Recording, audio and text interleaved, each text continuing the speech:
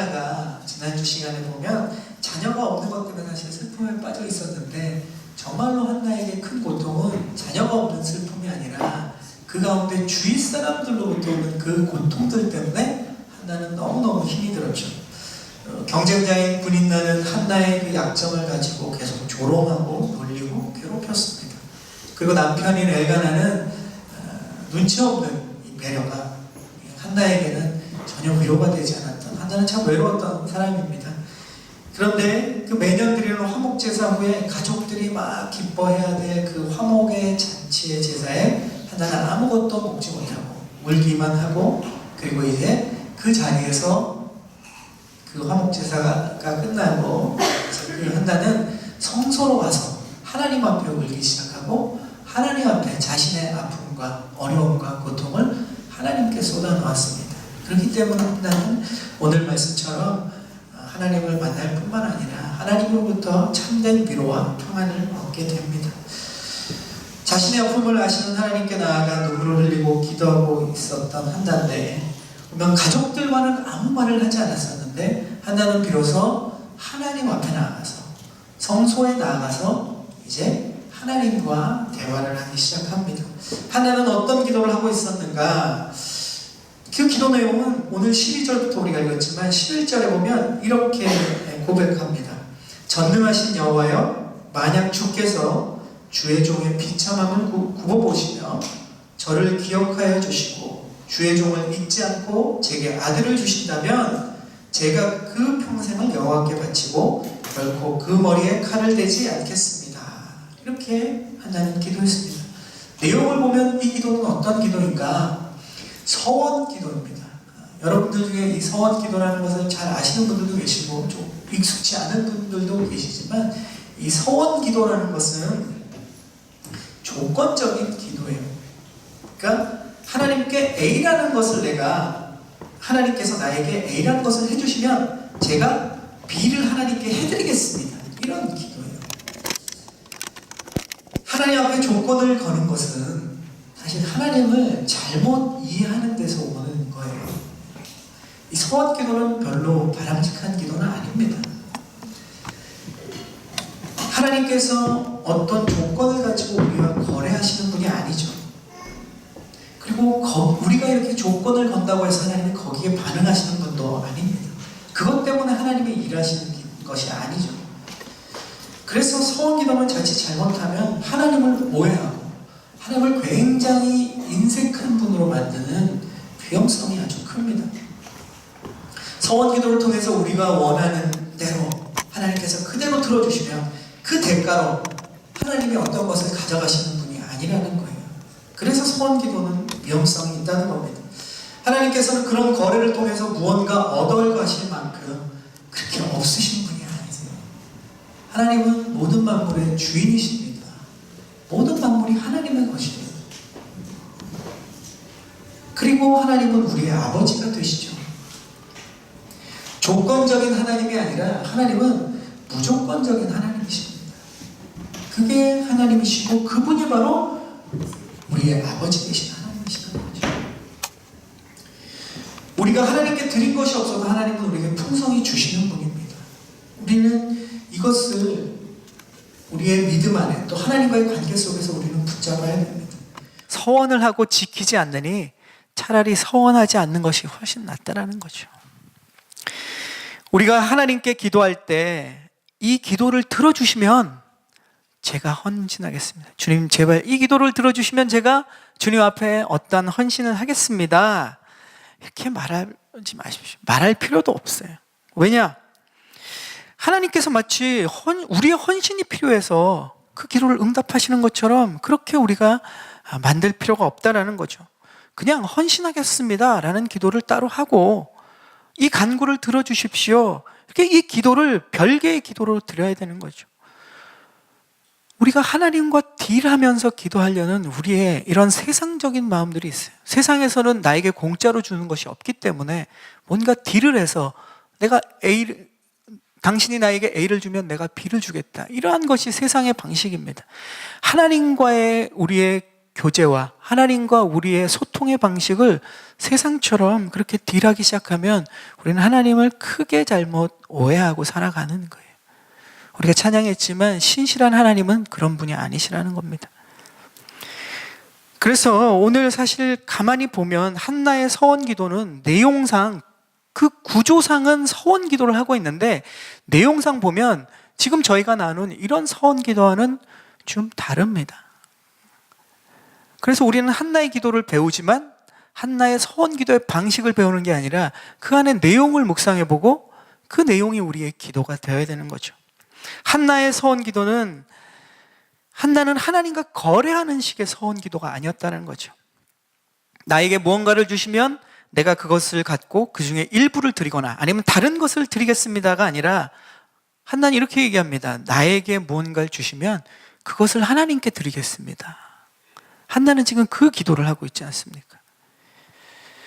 한나가 아들을 주시면 그 아들을 곧바로 성소에서 섬기는 그러한 하나님의 사역자로 바치겠습니다. 이렇게 고백합니다. 그리고 나중에 우리가 보게 되겠지만 실제로 그렇게 해요. 젖을 떼자마자 생이별을 하게 됩니다. 그러니까 한나의 입장에서는 자식을 얻어도 자기 것이 될 수가 없는 기도를 하고 있는 거예요. 곁에서 함께 살 수 없는 기도를 드리고 있는 것입니다. 그러면 한나는 무엇 때문에 이러한 간구를 지금 하나님 앞에 하고 있는 것일까요? 어떤 사람이 만약에 이렇게 서원한다면 한나와 비슷한 경우의 서원이겠죠. 하나님, 만약 이번 계약이 잘 되게 해주시면 거기서 얻은 모든 수익을 내가 선교 사역을 위해서 다 바치겠습니다. 그게 1억이 됐던 10억이 됐던 하나님이 이 계약에 성사되는 모든 수익을 만약에 하나님이 해주시면 제가 이걸 다 하나님께 드리겠습니다라고 하는 기도와 비슷한 것이죠. 원하는 응답의 전과 후를 보면 눈에 보이는 것은 플러스 마이너스 제로예요. 그 기도를 하는 사람에게 무슨 이득이 있겠습니까? 눈에 보이는 이득은 없죠. 한나는 지금 그와 같은 기도를 하고 있는 겁니다. 나에게 들어오는 것은 제로이지만 그러나 한나의 이 기도에는 돈으로 따질 수 없는 엄청난 수익이 있다는 거예요. 하나님의 도우심을 그리고 하나님의 능력을 한나는 체험하기를 기대했습니다. 또한 하나님께 드리는 기쁨을 한나는 체험하기 원했어요. 눈에 보이는 것은 제로지만 하나님으로부터 나의 이 기도 가운데 역사하시는 하나님, 그리고 나를 위로하시는 하나님, 내게 능력이 되시는 하나님을 체험하고 그 하나님께 받은 것을 그대로 드리는 이 기쁨이 어떤 것인지를 한나는 원했다라는 거예요. 그래서 이 서원 기도는 다른 서원 기도와는 달랐다는 겁니다. 나의 욕심을 위한 서원 기도가 아니라 하나님을 경험하고 하나님께 드리는 기도로서의 서원 기도를 사용했다라는 거죠. 사랑하는 성도 여러분, 우리가 하나님께 여러 가지 받는 기쁨도 중요하지만 그 받은 것을 하나님 앞에 드리는 기쁨을 우리가 날마다 체험하기를 축복합니다. 아멘. 그러니까 기도하는 모습이 아닌 줄로 오해를 했겠죠. 또 성소에 나갈 때는 보통 그냥 나가지 않습니다. 향과 제물을 가지고 성소 앞으로 나아가게 돼 있는데 한나는 지금 상한 마음과 고통의 마음을 가지고 있는 모습 그대로 나가서 지금 기도하는 모습이에요. 그러니까 이러한 여러 가지 정황들이 그 당시에 대제사장인 이 엘리가 봤을 때는 굉장히 기도하는 모습으로는 낯선 모습이에요. 모든 것이 당시에는 드려지는 일반적인 기도의 모습은 아니었기 때문에 엘리는 오해했습니다. 어찌 보면 모든 관례를 무시한 것이죠.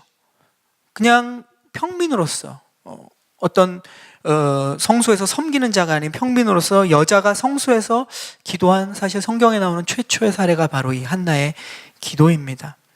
그럼에도 불구하고 후대 랍비들은 이 한나의 기도가 가장 구약에서 아름다운 기도다라고 평가하고 있습니다.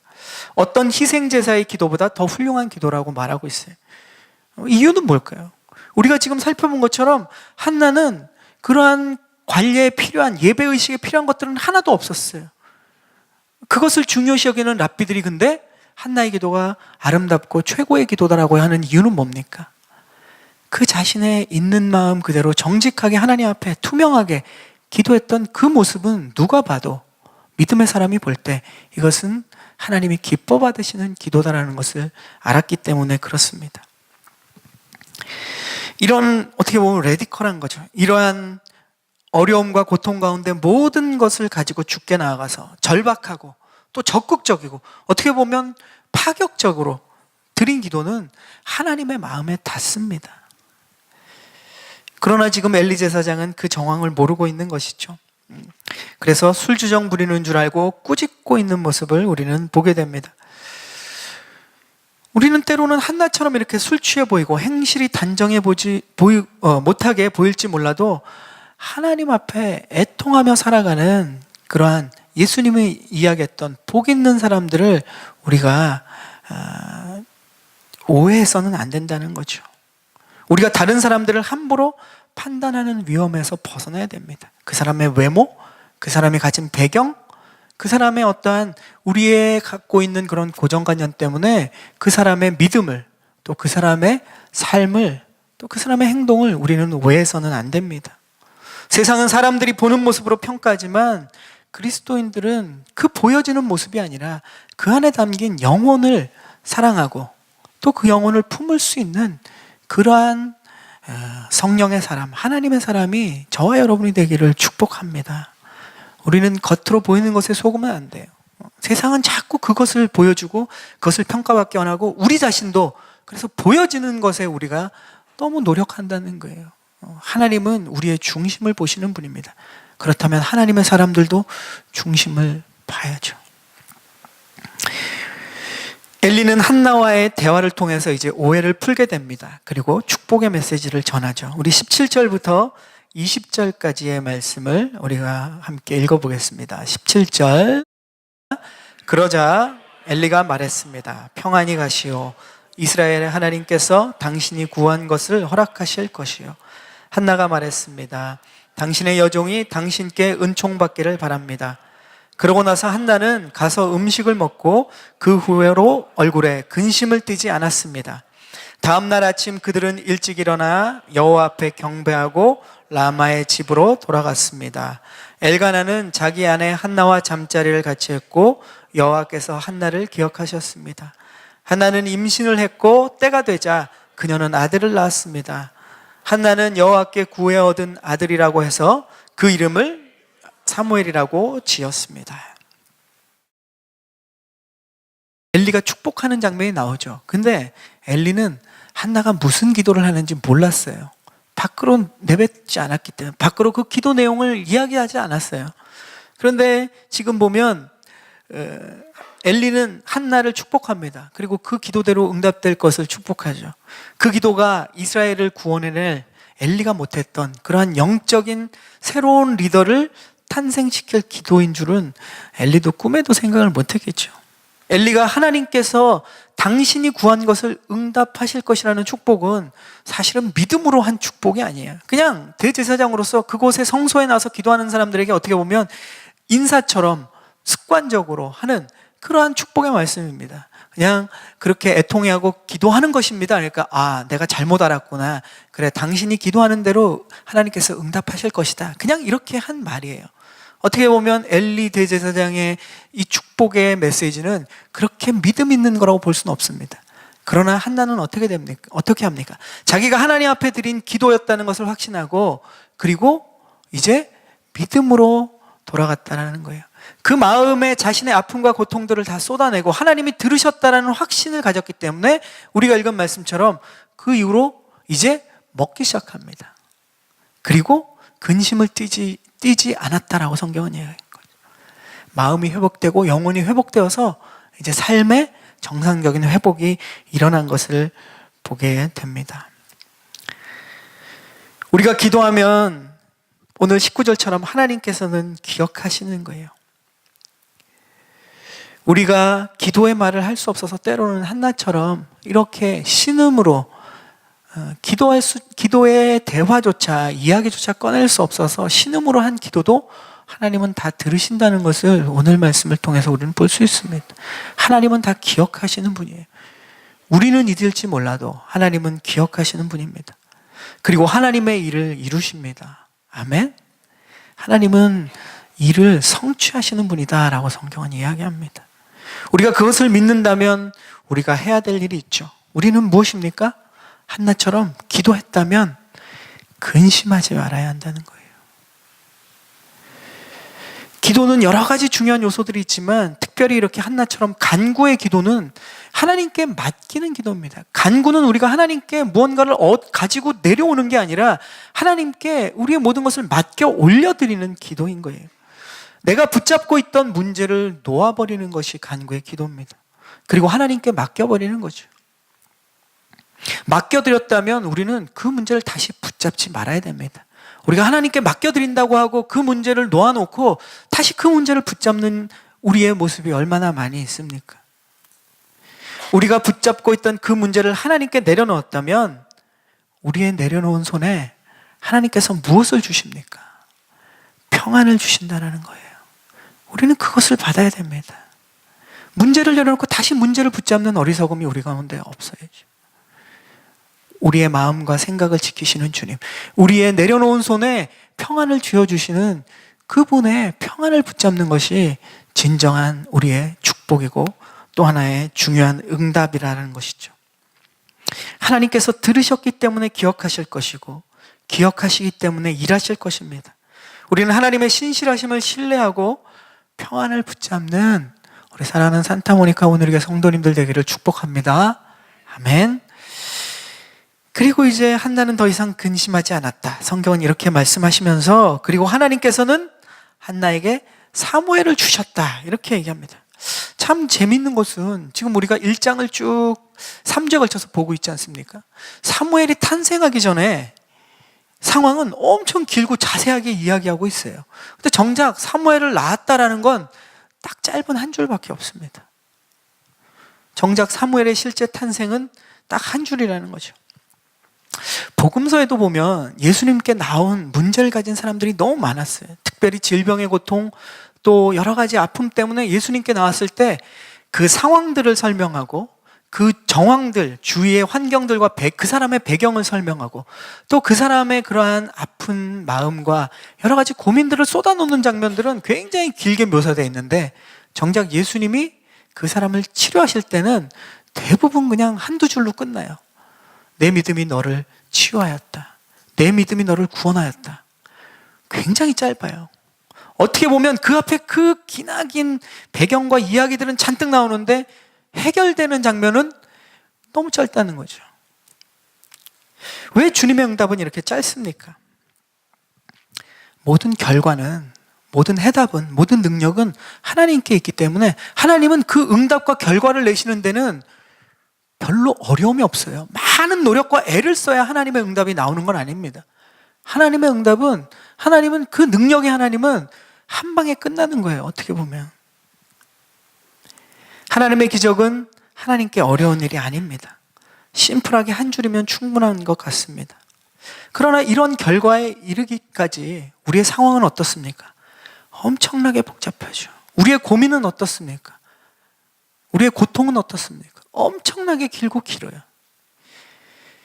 하나님은 그 과정에 대해서 관심이 아주 많다는 거예요. 그러니까 성경에서는 그 배경과 그 고통의 과정들을 길게 서술하는 이유는 뭡니까? 너희의 고통들이 이렇고 그 고통을 하나님이 내가 안다라는 거예요.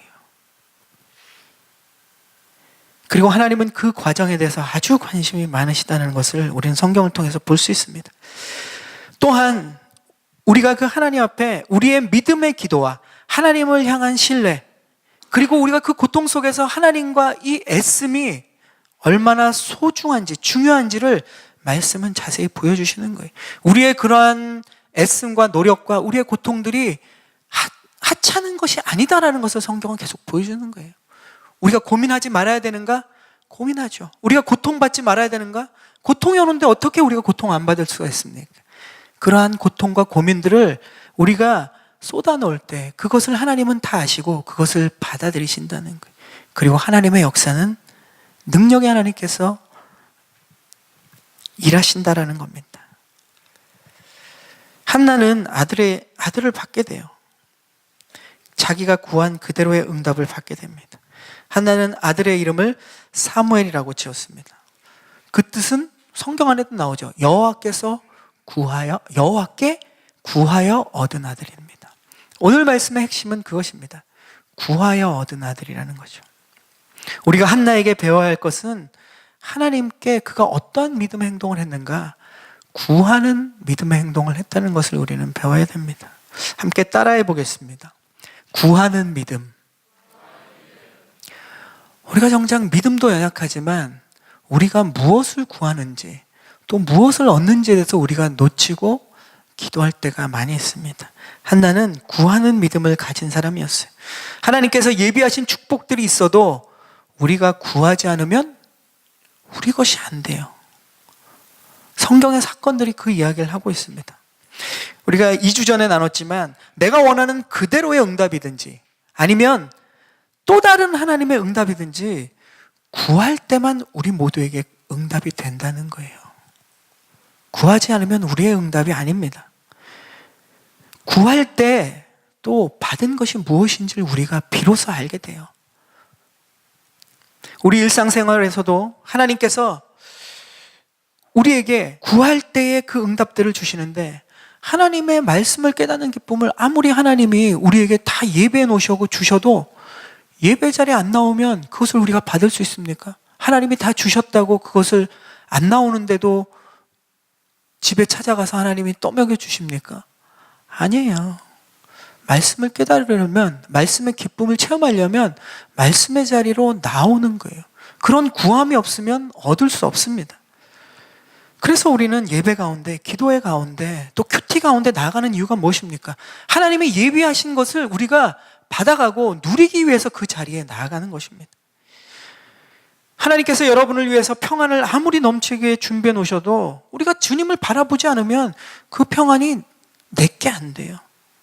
우리가 주님을 신뢰하지도 않고 내 눈에 보이는 현실만 보고 주저앉아 있으면 여러분에게 그 평안이 우리의 것이 됩니까? 하나님이 아무리 예배해 내셔도 그것을 내가 얻지 못한다는 것입니다. 하나님 앞에 나아가 구하지 않는데 어떻게 우리가 받을 수 있겠습니까? 그래서 우리에게 무엇이 필요한가? 우리의 사무엘이 필요한 거예요. 한나는 한나가 구하는 믿음으로 한나의 사무엘을 받았어요. 성경은 지금 저와 여러분의 사무엘이 무엇이냐라는 거예요. 이것은 자녀라는 샘플일 뿐입니다. 우리 각자에게 하나님은 사무엘을 예비해 주셨어요. 그 사무엘은 우리가 구할 때 받게 되는 하나님이 예비해 놓으신 우리가 볼 수도 없고 우리가 기대할 수도 없었던 그런 놀라운 축복들이 예비되어 있다는 겁니다. 우리가 구하는 믿음이 없다면 구하는 것을 통해서 얻게 되는 우리의 사무엘은 없게 됩니다. 구하여 얻은 체험들이, 구하여 얻은 간증들이 우리에게 필요한 거예요. 예배하고 말씀이 있는 곳에 참석해서 하나님이 예비하신 진리를 내 것으로 만드는 말씀의 사무엘이 우리에게 준비되어 있습니다. 기도하는 곳에 참석해서 예비하신 그 하나님의 역사를 내 것으로 만드는 기도의 사무엘이 우리에게 예비되어 있어요. 우리가 섬기는 자리에 참석해서 예비하신 주님의 통로로 쓰임받는 기쁨이 그러한 섬김의 사무엘이 우리 가운데 다 준비되어 있습니다. 우리가 그것을 구하지 않으면 우리의 것이 되지 않아요. 여러분의 가정과 일터에서 주님이 예비하신 축복의 사무엘을 우리가 취하는 또 누리는 그런 우리의 삶의 간증들이 저와 여러분 가운데 넘치기를 주님의 이름으로 축원합니다. 아멘. 구하라, 얻게 될 것이요. 찾으라, 찾게 될 것이요. 두드리라, 그리하면 너희에게 열리게 될 것이다. 주님은 그렇게 약속하십니다. 또 반복하지만 구하고 찾고 두드리는 것은 내가 원하는 그대로 열리는 것이 아니라 그것보다 더 크게 또 다른 응답으로 열릴 수 있다는 것을 우리가 항상 생각을 해야 됩니다. 구하면 얻게 되는 사무엘의 사건들이 저와 여러분 가운데 오늘 이 시간에도 그리고 한 주간의 삶에도 우리의 일생 동안 넘치기를 주님의 이름으로 축원합니다. 아멘. 이 시간 말씀을 생각하면서 우리 함께 기도하며 나가겠습니다.